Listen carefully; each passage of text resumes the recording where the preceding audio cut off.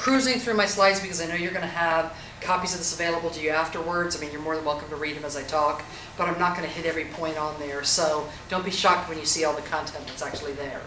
A little bit of context on me. I've run basically every function in a software professional services company and technology arena in the Washington, D.C. metro area over the course of my career. I'm going to be giving you a bunch of examples from my most recent venture, which was New Vision Health. What we created was an interactive patient care product that helped transform the patient experience at the hospital bedside. So we provided integrated multimedia patient education, communications capabilities, and helping with translations, interpretations at the bedside to help make the patient experience a better one. So I'm just going to give you a little bit of context and talk to you about some of the supplier relationships or vendor or partnerships that we looked at in the context of that process. So basically this is what we're going to be covering today. Why do you care about partnerships, supplier relationships? What are the benefits, the pros, the cons, and then some key takeaways from a good friend of mine. So the big thing about why do you really care about a partnership or going down this path? It's because if you're a startup, there's always value in being seen as larger than you are. It can help expand your name recognition, it can help you raise money, it can help you reduce costs, look at a way to exit your business if you want to sell it faster than you might otherwise be able to do it. Now one question here, who in this room is either a member of Mindshare themselves or works for a CEO or founder that is a member of Mindshare? Okay, so I'll be talking about that in a little bit, but that gives me a little bit of context. So there's some pretty significant reasons why you want to look beyond your own organization and look to have other organizations support you in terms of your efforts to grow. These are the types of partners or suppliers that I'm going to be talking about. And the first one is service providers. I think we all know what a service provider is. It can be the accountants, the lawyers, the human resources people who do benefits for you.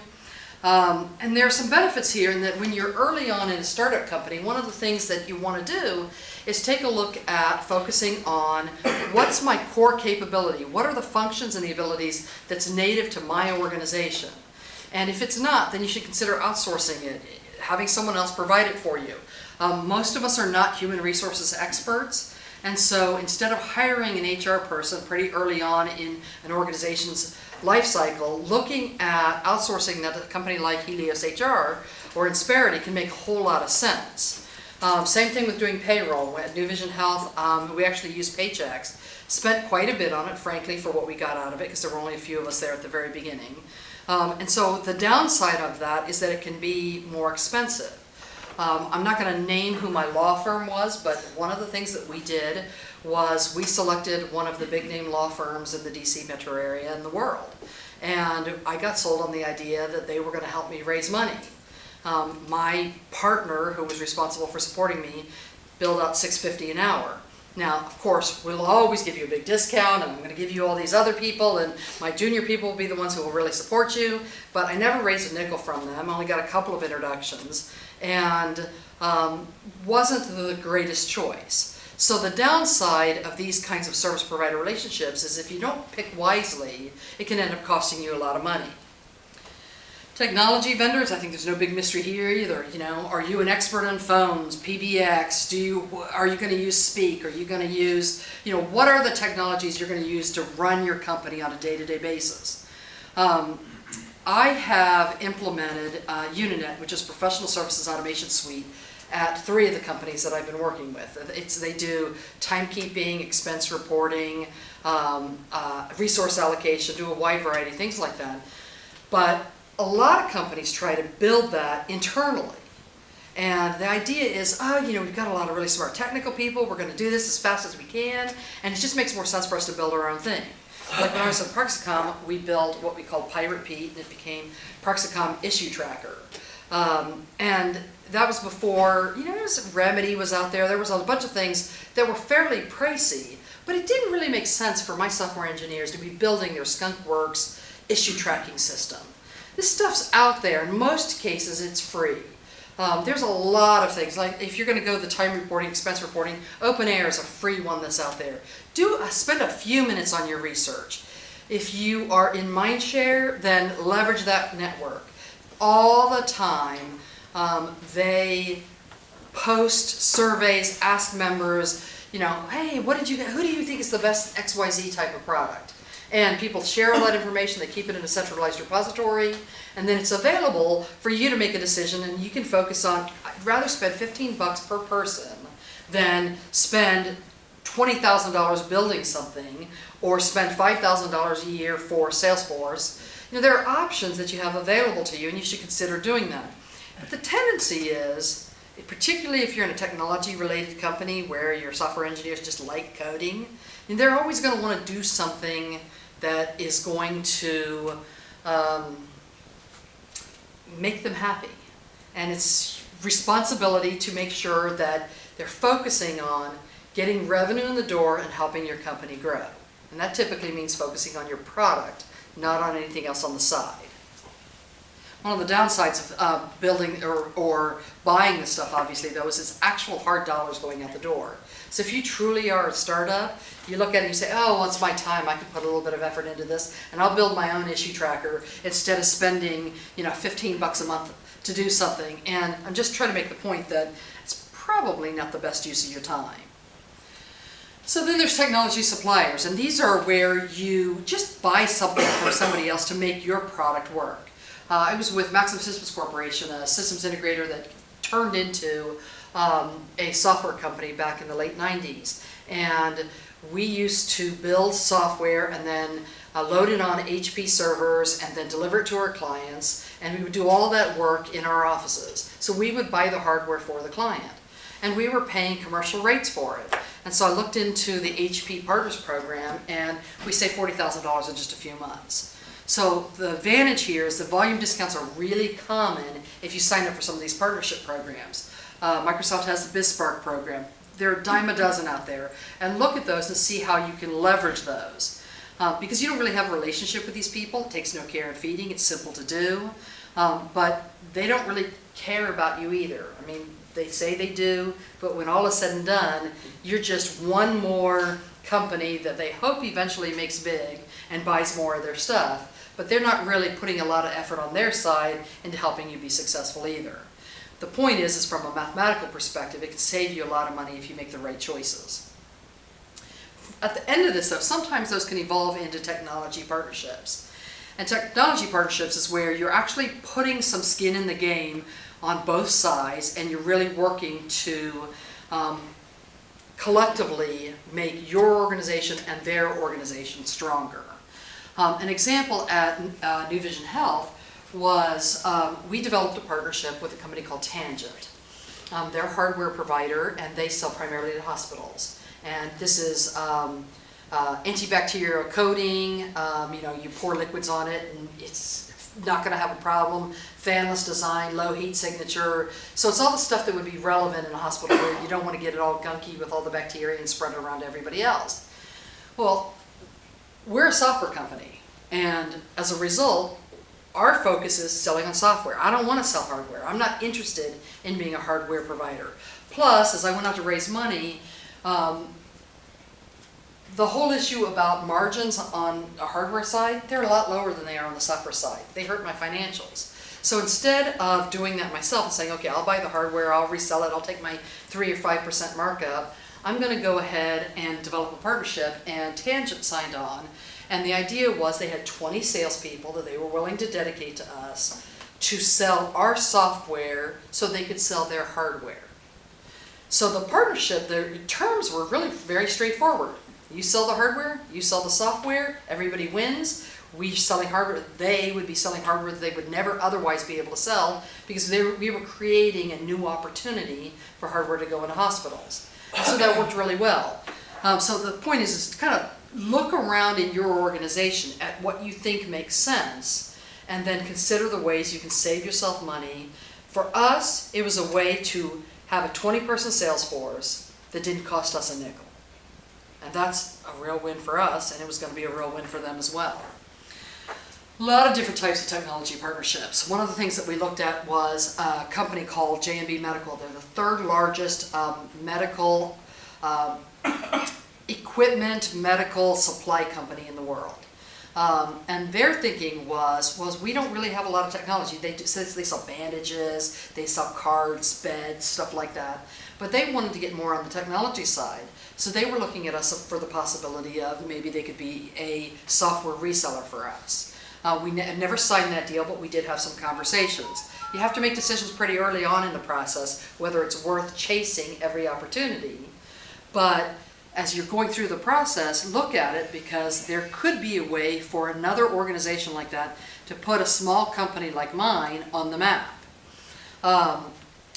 Another example we had was a company called VoxTech, and what they had was a phrase matching software product, and they used it in the military. So it was like, put something out on a loudspeaker, put down your gun, and you would speak it in English, and it would come out in Farsi, Tagalog, French, Spanish, whatever language.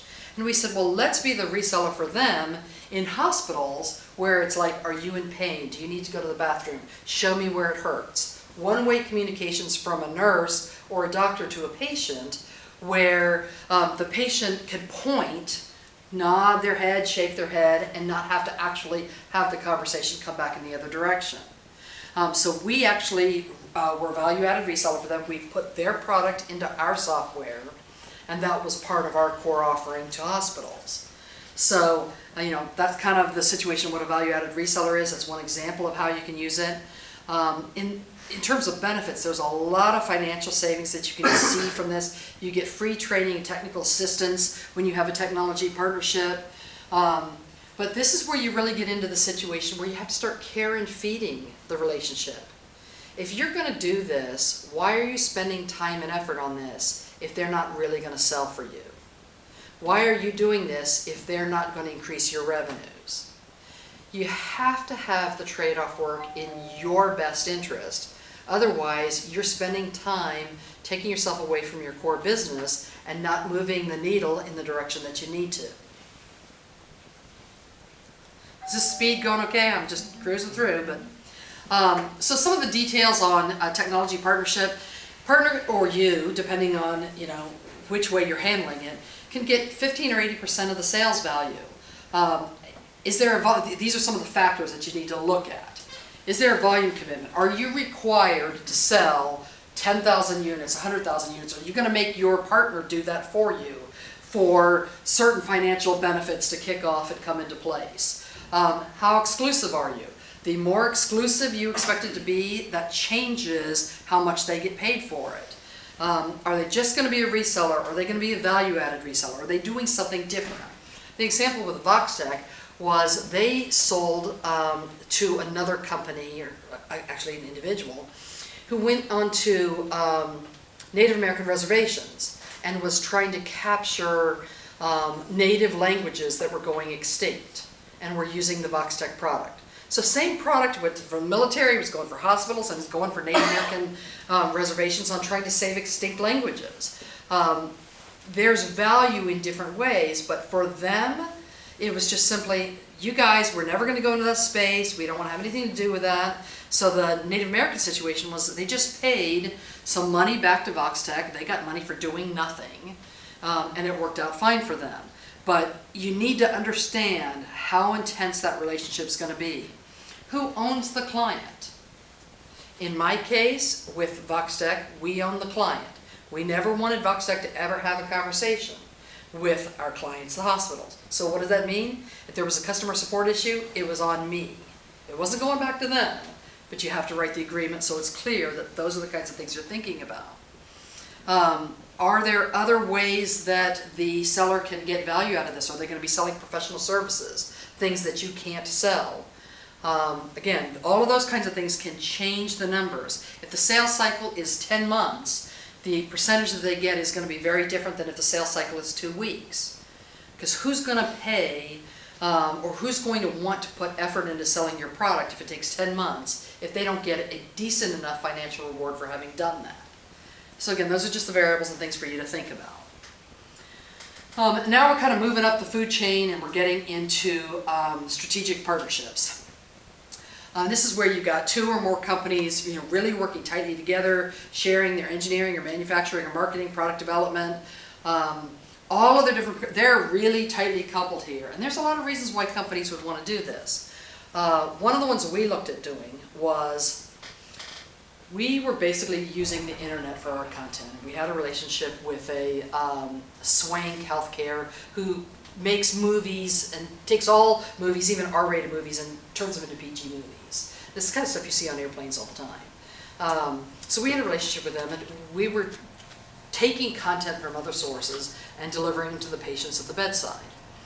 But one of the things we started to look at was how can we get fresh, new content? And you guys may or may not be familiar with Feld Entertainment. They're here in Tyson's, but they're the Sunday monster truck. Come on out, and you know what I'm talking about. They do Beauty and the Beast on Ice, Disney on Ice. They do a lot of those types of activities. Ringling Brothers Circus is one of theirs. They have, and I'm going to get this number wrong, but it's something like this. They work with like 115 PR agencies around the country to put the word out to hospitals and to patients and to communities about when the circus is coming to town, and when Beauty and the Beast on Ice is coming to town, and when the monster truck rally is coming. And so they put a lot of time, effort, and money into PR agencies. And what we discussed with them was, give us your content for free, and we'll have a Feld Entertainment or a Disney on Ice channel, and we'll deliver content for you, and then the patients and their families will all be aware of you're coming to town and this is what's going on. We had a couple of chats about it. We never really pursued that, but where we had been talking about it was as a way for us to raise money. Because New Vision Health started in 2008, it was at the beginning of the downturn and when things all got ugly, and that presumably all of us had survived some way or another. But it was kind of hard to raise angel investment, and certainly not VC investment during those days. And so the idea was, let's do a strategic partnership with somebody like Feld, where they're getting to pay a fraction. They put $250,000 into New Vision Health. That's a fraction of what they're paying all of their PR agencies to do the exact same thing. And so everybody wins. Again, we never proceeded with that, but that's an example of what a strategic partnership could look like. Big benefits. I mean, in our case, if we had signed that deal, it would have enabled us to scale. It would have given us financing that or funding that we weren't otherwise able to get at the time. It helped us get the product out sooner, given us more functionality in the product earlier than we would have been able to do it on our own. And one of the benefits of these strategic partnerships is that if you select them the correct way, and if you manage them the correct way, they are a potential acquirer for you down the road. So we never did anything, never pursued. I had a couple of chats with Microsoft, but we were looking at McKesson, which is one of the big hospital companies out there, and we were looking at Humana as one of the big insurance companies and hospital systems out there. HCA, hospital system.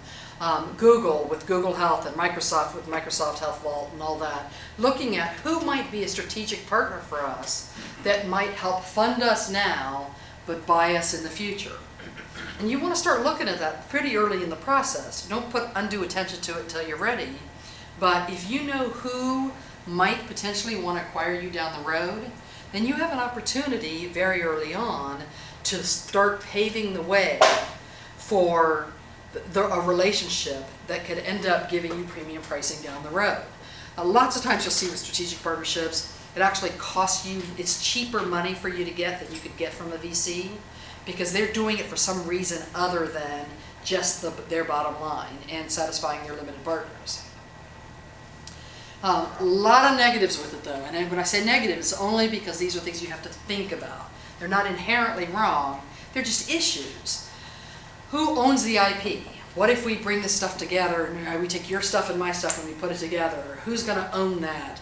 Are there tech transfer issues? Who has rights to sell it? What are the competition issues? Now you've got people on my staff working with me to support the relationship. What are my rights to hire those people or not hire those people, as the case might be? How do you split the profits and expenses? I mean, Jim's going to give you a little story about this later on, I think. But there are a lot of issues here about sometimes these are just dumb. Companies make dumb decisions about who they should have as a partner and why they think they should have someone as a partner.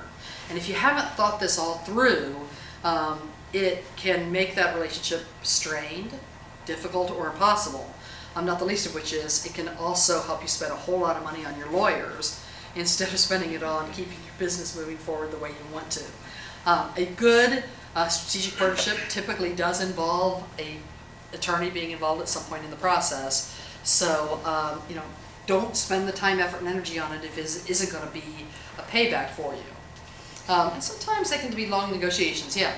Can you share some tips on in terms of, like, say, hiring away employees, or how do you handle these? Well, my rule always is this. If I knew your employee before we entered into this relationship, they're mine. I can hire them away from you until I'm blue in the face, even if you don't like it. If I met that employee as a result of our partnership, I can't hire them. Now, it's all fine and well and good for me to say that, but remember, you have a strategic partnership. This is somebody you want to maintain a good relationship with. It's typically not in your best interest to hire somebody away from one of your partners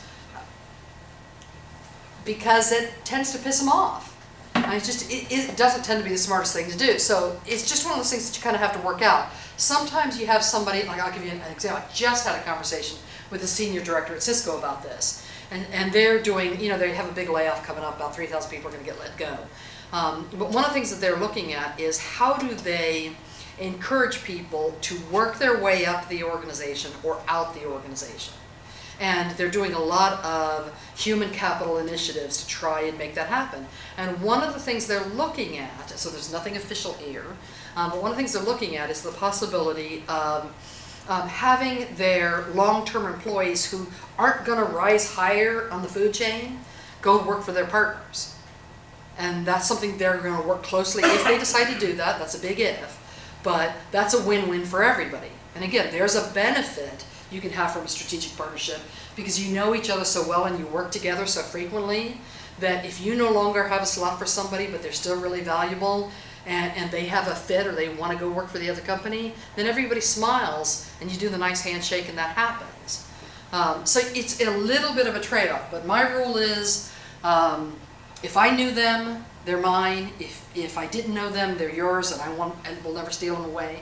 But even if I did know them, I wouldn't steal somebody away from a partner without having a really nice chat about it. And if it was going to be something that was going to irritate them, I wouldn't do it. Yep. In terms of termination of relationship, so normally depending on when you're terminating, what happened to the existing business that's ongoing? Well, that's one of the reasons why you have to have all this decided right up front, because lots of times you'll have, I have a partner, and the partner sold to somebody, but I'm still providing support for it. And if we no longer have the partnership, how is that relationship going to go forward? And that's back to the point I was saying about who's going to own the client. That's a really critical factor that has to be thought through. And you got to think about every one of those possible variations, because it can cost you a lot of time and a lot of lawsuits get filed over broken up partnerships. It's just not worth doing unless you really know what you're doing and you do it right. So, it's kind of a hard one to answer, but I think the answer is dependent on the individual situation and what makes sense. Yeah. When you say partnership, are you talking about a venture that has its own independent legal entity? It could be that or not. I mean, there are times, and Jim's going to talk about joint ventures a little bit. I'm not really going to get into that. But a joint venture is where you both own part of the third-party organization.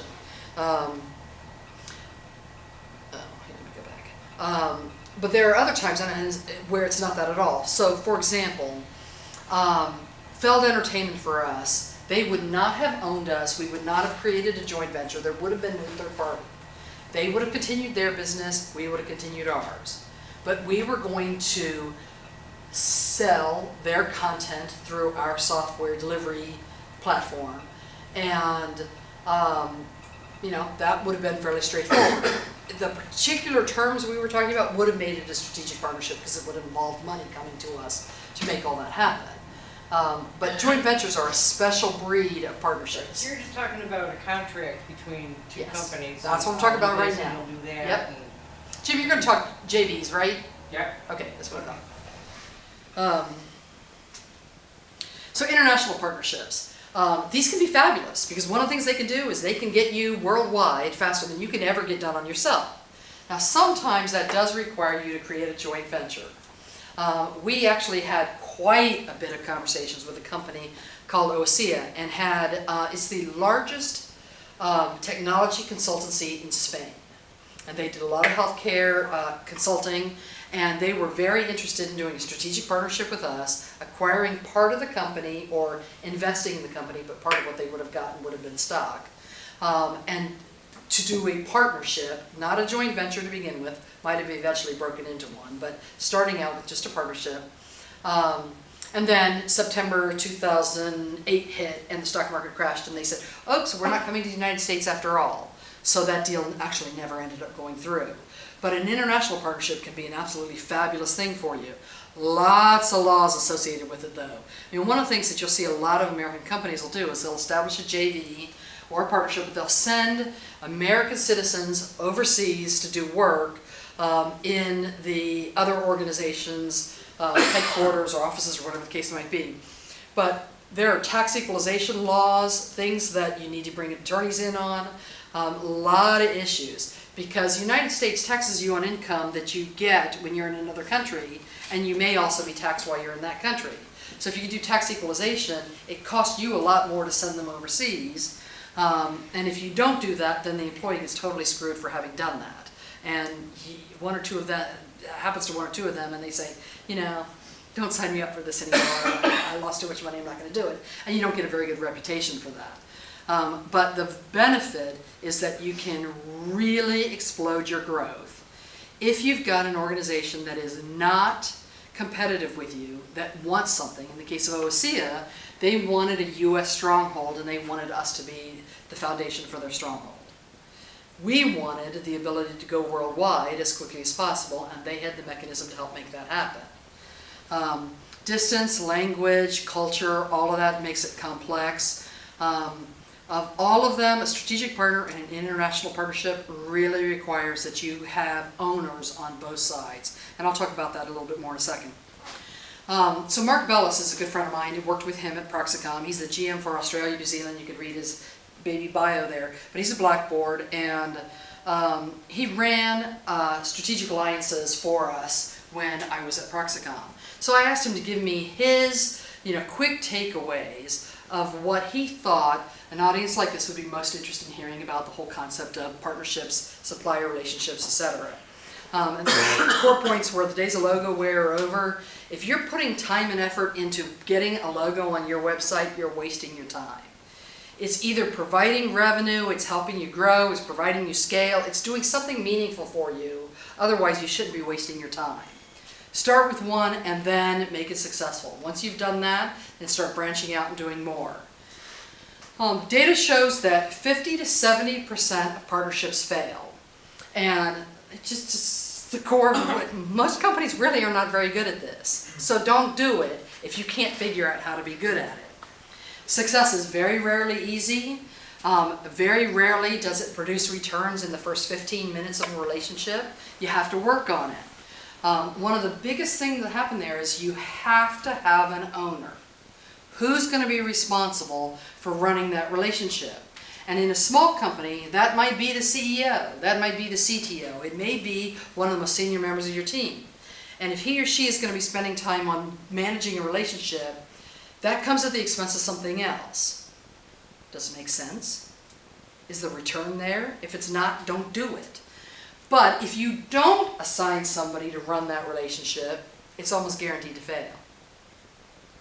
So next time you think about, oh, well, should we do this? And can we really afford to put somebody on that? The answer is you can't afford to not put somebody on that relationship. And how the executive management conveys that message to everybody else, who this other organization is to us, what it means to us, what we're going to get out of it, why we're doing it. They set the tone for this and help make it a success or not a success. And if the CEO says, well, we're not going to put somebody on that relationship, then they're basically telling you they don't care whether it fails or succeeds. So try to avoid being in situations like that if you can. Back to the who must own the relationship, it doesn't matter who it is, somebody has to do it. There is a perception that selling and marketing is the same thing as managing alliances or partnerships or relationships. They're not really the same thing. They have a lot of commonalities. There are things that they have to do together. The alliance or the partnership manager is responsible for helping the sales team and the marketing team understand the message and how to convey that externally to prospective customers, but they're not one and the same thing. So if you have a marketing person or a salesperson who's got the bandwidth to do the alliance or the relationship or the partnership, great, sign them up for it. But if they don't, then make sure you've got someone else doing that job and working with the sales and marketing organization. So look for people who have experience with it or at least understand why it matters to the company when you're making a decision about who's going to manage that relationship. As I said earlier, be in it for the long haul.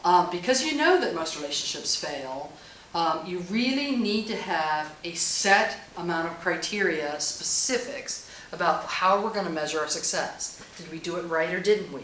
Was this a smart thing for us or not? Lots of times people say, well, as long as it feels good. Or, oh, well, they'll sell for us, but we didn't give them a sales target. So their definition of success was selling $50,000 worth of software for me, and my definition of success was selling $5 million worth. From my perspective, was that a healthy, good relationship? It was a waste of my time if they thought it was $50,000 and I think it's $5 million. So you've got to be really clear on what the specifics are and make sure that everybody's in agreement. And now comes the hard part. Fire your partners that don't do what you want and need. Or fire yourself if you don't do or can't do or won't do what they need.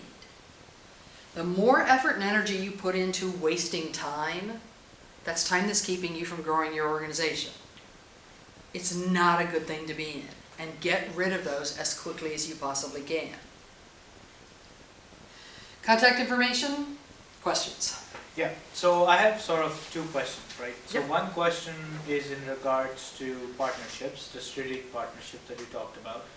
Is there a sort of a framework that you could look at and say, or it's dependent on the organization itself? That's one. And then the other aspect is when you're developing a relationship with your partner, is there a place where you say, look, we need financial information, and we're going to share financial information or supplier information or what have you. Let's make an exchange network where information can go back and forth easily between organizations, right? Supplier networks or what have you, right? So I'm just sort of curious, have you done that, and is that something that we should be looking at from both perspectives? Yeah, I'm going to invite Jim to answer along with me, but I mean, the answer is a strategic partnership almost always requires some kind of sharing of financial information and certainly non-disclosure, all of the rest of that kind of stuff. And so that's one of the reasons why you don't want to just talk to anybody willy-nilly. You really have to think through, is this going to be worth the time? Because we're going to go through some due diligence on both sides before we do this. So the answer is yes. Forgot the first question already though. Is there a strategic partnership framework that you sort of look at? Because you talked about, think about this, think about that, but is there a general framework, or it's just dependent upon your own organization, how you go about doing stuff? Yes, there's a framework, and your lawyer has one. If you've done it before, you have one. In my presentation, back a few slides, where I said these are the things you have to look at, I gathered that list. I went out to Mindshare and I said, okay, help me figure out what all the issues are. There's probably 50,000 more of them. But those were the ones that came up on the top as what are some of the big issues you need to think about. And again, your lawyer would do it. Again, you do not want to sign a strategic partnership, a joint venture, any of that, without a lawyer and somebody who's really done this kind of stuff before, because it'll eat your lunch. Do you have something else to add on that topic? Well, I have an add to that topic, but you're a tough act to follow, so I'll kind of... No, you're right. Okay. So when it comes to strategic partners and joint ventures, do you have a question here? I want to share some thought, but that's okay. Oh, okay. After you do. Share away. Yeah. So, going back to your question about framework, one of the things that really helps is that if you've done this in the past is understand the need for the partnership to begin with, right? That's what drives the framework. So you kind of answer your question yourself. It depends on the organization. Because the motivation for a partnership is what drives the partnership. Everything else follows, the CEO commitment, the senior management commitment, all the exchange of information, how deep the information exchange is going to be. It all depends upon the need for the partnership. Right? If it's going to be a marketing, if you need more from them, then you're going to give them more. If they need more from you, all that kind of stuff. Right? And when you don't find the right medium where both of you have equal outcomes out of it, that goes to contributing the 50 to 70% of the failures. Because now you're going to bed with different set of dreams. Right, so that's never a good thing because you're waking up on two sides of, I don't know, you don't know. So, a bad analogy, but, works. Thanks. I don't know how to bring his slides up. Other questions while we're switching over? Thank you, but you're exactly right on that. Thank you. Okay, well, he'll do his thing. If you got more questions, we can talk a little bit more afterwards. Thank you.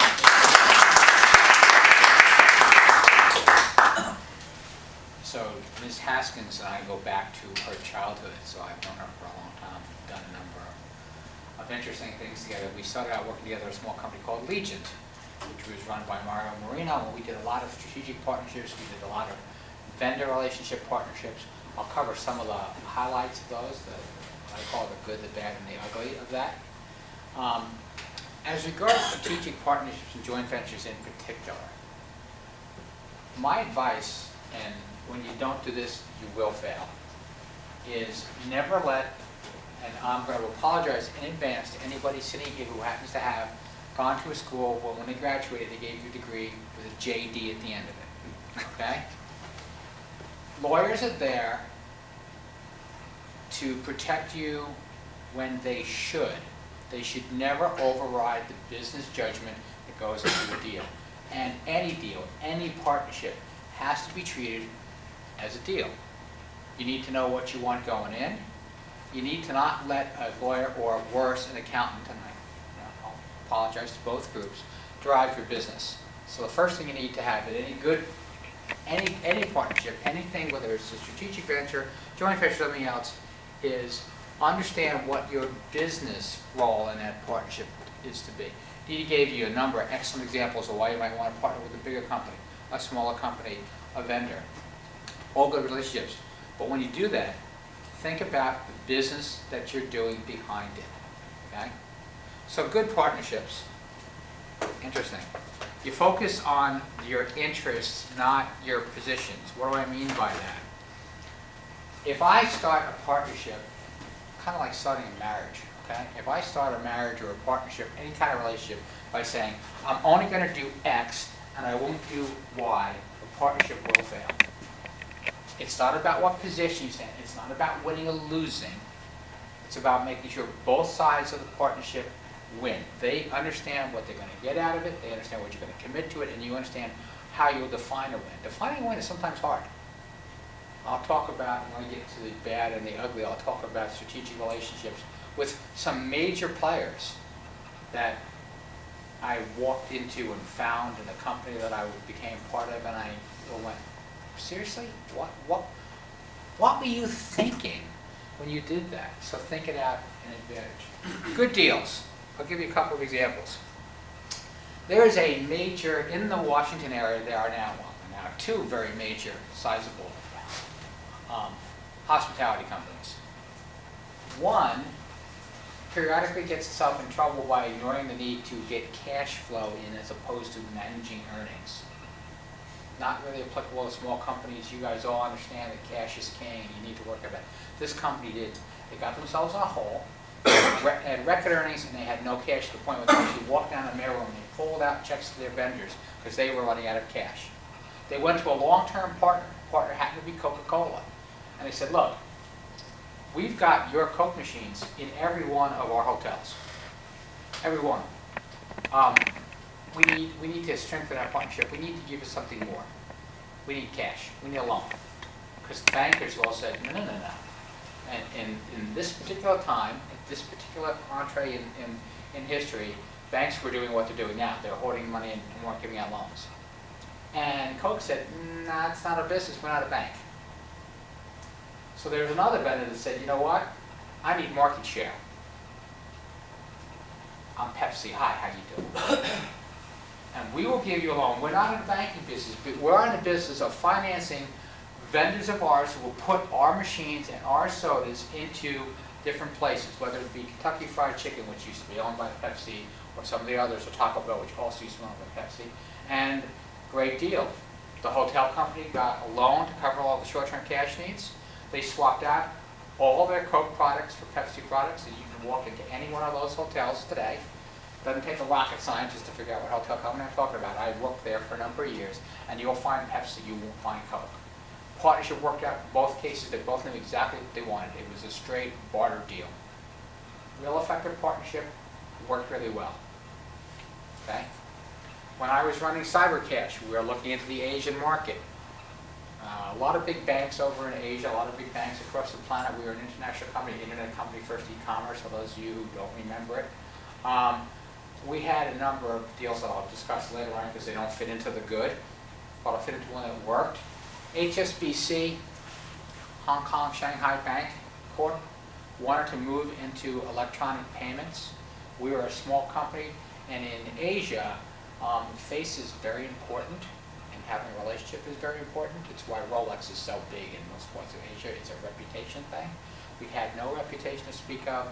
Hong Kong Shanghai Bank came in and said, look, we need you to adapt your electronic cash register for use in the Asian markets. In return for that, we'll do a joint venture with you guys. We will co-fund it, which was good, it wasn't all on us. We will split it 50-50, again, not all us. Joint committee, it worked out well. CyberCash entered the major market, we did pretty well there. Okay. So, good deals. You worry about the interest, not the positions. Consider how both sides win. If you're doing a deal for the sake of doing a deal, and I'll talk about those kind of deals later, don't waste your time. There is nothing, particularly when you're small, there's nothing more valuable than your time. If you're going to make a commitment to something, go into it wholehearted. Do not go into it halfway. Make it the commitment and go, which means you need to understand how everybody gains. Now, if Microsoft comes to you, and we've had this happen at a company I was consulting to, Microsoft came and said, look, we want to partner with you. And we want to partner with you even though you're a small company because we want you to write us a check for this information that we have. And that's not a partnership. Okay? Now the company I was consulting to at the time, there were two different vendors that had the same quality, same information, the same context. Okay? The lucky thing about it was one was Microsoft and the other one was Google. So we had a contact at Microsoft, we picked up the phone, we found out, we used Mindshare to get some contacts at Google, worked our way through the food chain and called Google. And we always said to Google is, you know, Microsoft has come to us and said they want a partnering relationship. We didn't tell them Microsoft wanted to strangle us, they just wanted a partnering relationship. And Google said, really? Can we play? And it worked out well because we knew that they were mutual gain. For Google, and actually for Microsoft, if you talk to Microsoft guys, you spend a lot of time in that, and their gain is that they hate each other. Okay? It's like you're a high school football coach and your kid's got a choice of going to Alabama or Auburn. You talk to both schools because they hate each other. And that their gain was that they would get into this startup, which is now much bigger. It's actually doing reasonably well. It's not yet profitable, but it's raised to date about $18 million. They've got a major partner. They're partnered, as it turns out, they wound up partnering with Microsoft, as it turns out, because Microsoft said, oh, well, wait a minute, Google's there? Yeah, we don't really need that money up front. Because what was a division of Microsoft that had its own P&L became a bigger picture of Microsoft when Google got involved, and they no longer had P&L responsibility. Their object was not to drag in cash, the object was to stop Google from monopolizing the space. Good relationships.